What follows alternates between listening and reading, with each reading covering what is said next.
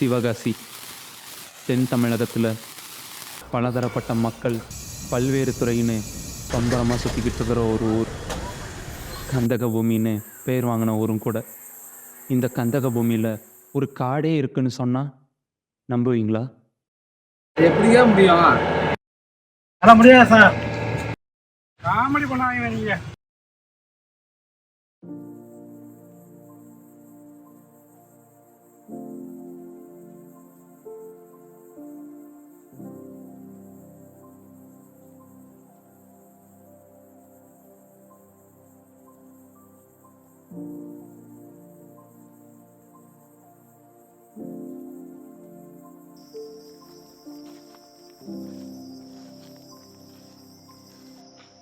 சிவகாசி அப்படின்னு சொன்னோன்னே படபடன்னு வெடிக்கிற பட்டாசும் அதை உற்பத்தி செய்யற நூற்றுக்கணக்கான தொழிற்சாலையும் தான் நமக்கு ஞாபகம் வரும். இந்த ஊர்ல 71,000 பேருக்கு மேல இருக்காங்க. ஆனா அதுல 80% பேர் பட்டாசு, தீப்பெட்டி, அச்சு தொழில தான் வேலை பார்க்கறாங்க. இருந்தாலும் அதனால வர ஆண்டு வருமானம் மட்டுமே 2300 கோடி ரூபாய்க்கு மேல.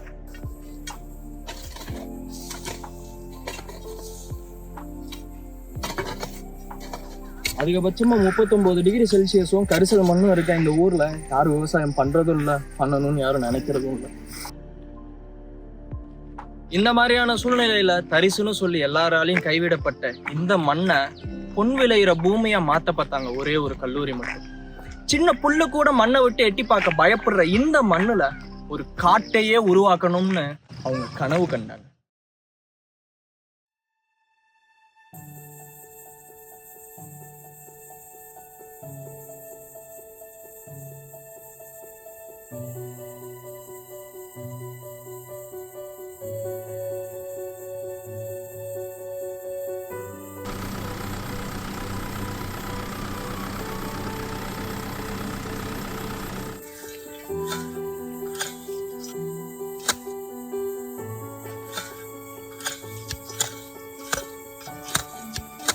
சார், என் பேர் ராஜாமணி சார். நான் ஊர் வந்து சேரகரம்பட்டி பக்கத்தில் கிராமம். நான் காலேஜில் வந்து 92 வேலைக்கு வந்தேன். கிட்டத்தட்ட ஒரு 30 வருஷமாக வேலை பார்க்குறேன். என் காலேஜ் முதல்வர் நம்ம மியான்மர் மாதிரி ஒன்று ஆரம்பிக்கணும் பார்ப்போம் எங்கிட்ட எல்லாத்தையும் கேட்டு சொன்னார். சரிங்க சார், நீங்கள் சொல்லுபடி நாங்கள் நடக்கிறோம் அப்படின்னு சொன்னோம் sir. Be a part of this historical venture, Mayawati Forestation, that too in a self-financed engineering college. First of all, for initiating this project and to render support for this project, I should thank and appreciate Dr. S. Arivalan, principal of this college. As a supportive nature was preserving the environment, I believe that each and every student in the group, whoever participated in the activities, are really happy that they have given their own support through this to the environment. So everyone is very happy, and we are overwhelmed when we happen to see the trees, because this is the tree which I planted, that's the tree which I planted. All these, they are happy wherever seeing the trees.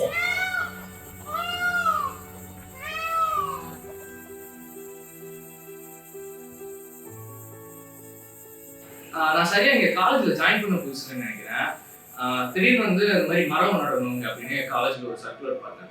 சர்க்குலரில் தான் அப்போ தான் முதல் முறையாக அந்த வார்த்தையை பார்க்குறேன். Miyawaki காடு அப்படின்னு ஒரு செயற்கை காடுகளை உருவாக்கக்கூடிய ஒரு டீம். சரி, என்ன அப்படி பெருசாக இருக்க போகுது அப்படிங்கிறது நோக்கத்தை தான் நான் போனேன். அங்கே போனோன்னா பார்த்தப்போ இதுக்கு முன்னாடி அந்த கேம்பஸில் பார்த்த இடம் ரொம்ப தரிசு நிலமா அந்த மாதிரி புல்லும் குதிரமாக இருக்கும். ஆனால் அன்னைக்கு அந்த ஈவெண்ட் அன்னைக்கு நான் போய் பார்த்தா அங்கே வந்து நல்லா அந்த புல்ல எல்லாம் நல்லா கிளியர் பண்ணி வச்சு நல்லா சமப்படுத்தி வச்சிருந்தாங்க. ஆனா என்கிட்ட சில மரக்கன்றுகளை மட்டும் கொடுத்து இங்க எங்க நடணும் அப்படின்னு சொல்லி நல்லா ஆர்கனைஸ் பண்ணி வச்சிருந்தாங்க. As a profession, வேர்வை சிந்தி உழைக்கிறது எங்கள் உழைப்பல்ல. மாணவர்களோடு வகுப்பறையில் குழுவிடப்பட்ட அறையில் பயணிக்கிறது தான் எங்களுடைய வேலை.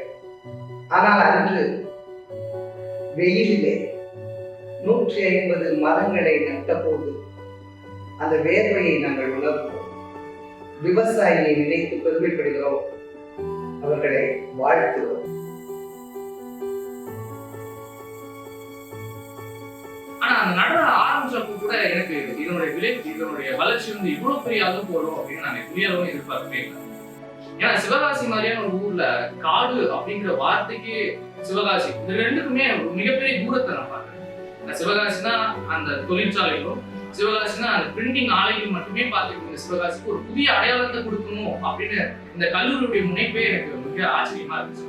அப்போ நம்ம மியான்மருக்கு ஒன்று ஆரம்பிச்சார் சார். கிட்டத்தட்ட நாங்கள் ஒரு பல வகையான மரங்கள் வந்து ஒரு 300 வகையான மரங்கள் நாங்கள் நட்டு உருவாக்கியிருக்கோம் சார். மரம் நாங்கள் வச்சு வளர்க்குற மரம் வந்து 1,20,000 மரம் நாங்கள் இப்போ பராமரிப்பு பண்ணிக்கிட்டு சார். அது போக வந்து மாமரங்கள் மற்றும் தோட்டங்கள் வந்து எல்லாமே நாங்கள் பராமரிப்பு பண்ணிக்கிட்டு சார்.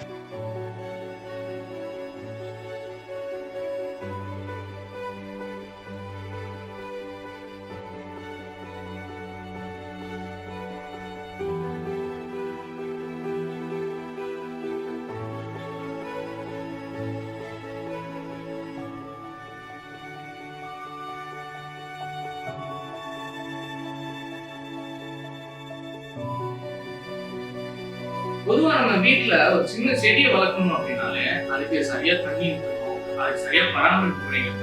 அதை பார்க்கறதுக்கே நமக்கு இங்க போதும் ஆயிடும். ஆனா சிவகாசி மாதிரியான ஒரு ஊர்ல தண்ணீர் வசதியே இல்லாத ஒரு இடத்துல இவ்வளவு பெரிய காடுகளை வளர்க்கணும் அப்படிங்கிற இந்த முடிவை வியந்த அதே செகண்ட்ல அந்த நடவு பணிகள் எல்லாமே நல்லா முடிஞ்சு சரியா ஒரு 6 மாத காலங்கள் இருக்கும்னு நினைக்கிறேன். நாங்க வேற ஏதோ ஒரு விஷயத்துக்காக அங்க போய் பார்க்கிறேன். நாங்க நட்டு வச்ச அந்த சின்ன சின்ன மரங்கள்லாம் இந்த அவ்வளவு பெரிய விருட்சமா இருக்குது. எங்களுக்கு மிக மகிழ்ச்சியா இருந்துச்சு.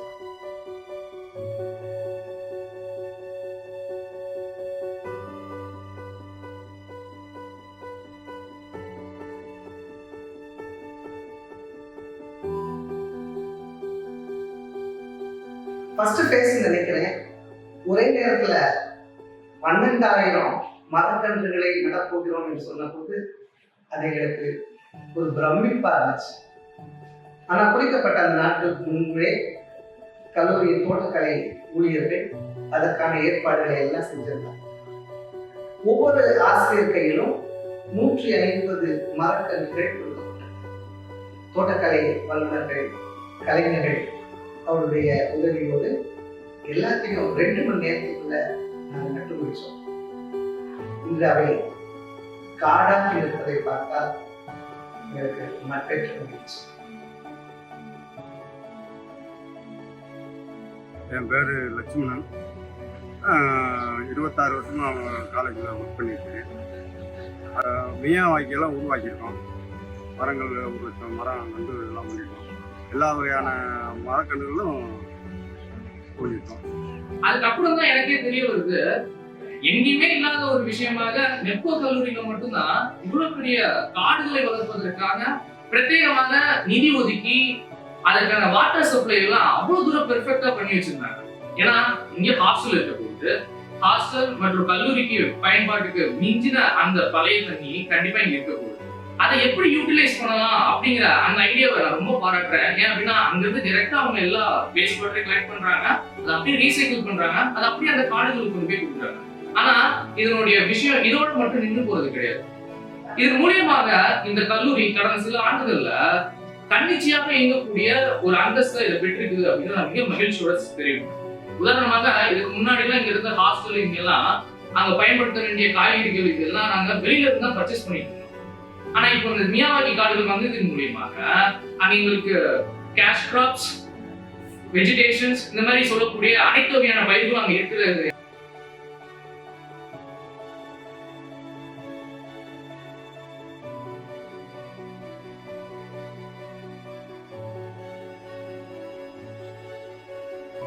இது ஒரு மிகப்பெரிய அளவுல எங்களுக்கு ஊக்கத்தை அளிக்குது. இது ஊக்கமளிப்பது மட்டும் இல்லாம அது மூலியமாக அங்க நிறைய தோட்ட வேலை செய்யும் நபர்களுக்கு எங்களால் அங்க நிறைய பேருக்கு வேலை கொடுக்க முடியும். அதுக்கடுத்ததாக இங்க இருக்கக்கூடிய இன்குபேஷன்ஸ் மூலியமாகவும் கூட அங்க இருக்கக்கூடிய பயிர்களை எப்படி பதப்படுத்துவது மூலியமாகவோ இல்ல அதை எப்படி ப்ராசஸ் பண்ணுவது மூலியமாகவோ நல்ல விஷயமா அதை மார்க்கெட் பண்ணி இதை எப்படி இன்னும் இந்த குளோபல் வேர்ல்டுக்கு இதை கொண்டு போய் கொடுக்க முடியும் அப்படிங்கிற வேலைகளும் இங்க நடந்துட்டு இருக்குது.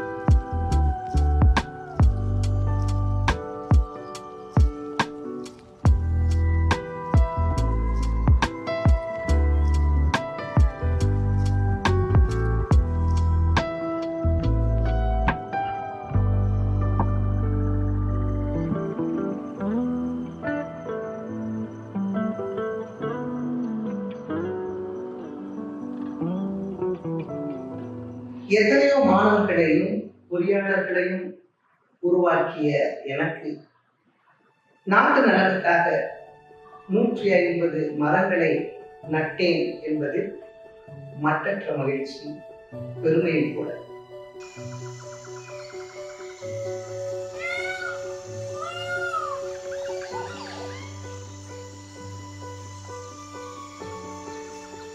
The contribution which we made as a person who planted that sapling was really very, very soothing to our mind, because we ourselves have been a part of this wonderful initiative by Krishnagiri Engineering College.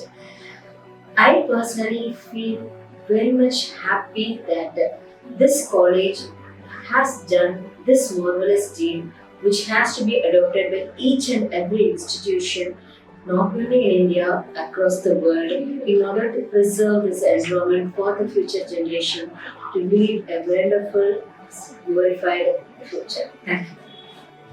எங்களை என்னைக்குமே வியப்புக்கு ஆளாக்க மறக்காத இந்த Miyawaki காடுகளை நாங்க எல்லாம் முன்னாடி நேசிச்சோம். ஆனா இப்ப எல்லாரும் சேர்ந்து போறாங்க அது தரக்கூடிய தூய காடுகளை சுவாசிக்கிறோம். Hello everyone, this is Sanjay Kumar, இந்த டாக்குமெண்ட்ரியோட ரைட்டர். ஸோ ஃபர்ஸ்ட் வந்து இந்த டாக்குமெண்ட்ரி காம்படிஷனை பற்றி கேள்விப்பட்டோம்னா நாங்கள் நிறைய டிஃப்ரெண்ட் டைப் ஆஃப் டாபிக்ஸை பற்றி டிஸ்கஸ் பண்ணோம். பட் அப்போலாம் எங்களுக்கு தோணவே இல்லை எங்கள் காலேஜ்லேயே இப்படி ஒன்று இருக்குது, இதை நம்ம டாக்குமெண்ட்ரியாக பண்ணலாம் அப்படின்னு. ஸோ தென் அதுக்கப்புறம் நாங்கள் மியாவாக்கி அப்படின்றத ஒன்றை பற்றி படித்தோம், கேள்விப்பட்டோம். இது எங்கே இருக்குன்னு பார்க்குறப்போ எங்கள் காலேஜ்லேயே இருந்துச்சு. ஸோ இதை பற்றி ஒரு டாக்குமெண்ட்ரியாக பண்ணலாம் அப்படின்னு தான் ஆரம்பித்தோம். ஸோ இந்த டாக்குமெண்ட்ரிக்கு கிட்டத்தட்ட இந்த டாக்குமெண்ட்ரியை தவிர்த்து நிறைய பேர் இதில் வந்து ஒர்க் பண்ணியிருக்காங்க. அவங்களுக்குலாம் இது வந்து ஒரு ட்ரிபியூட்டாக போய் சேரும்னு நினைக்கிறேன்.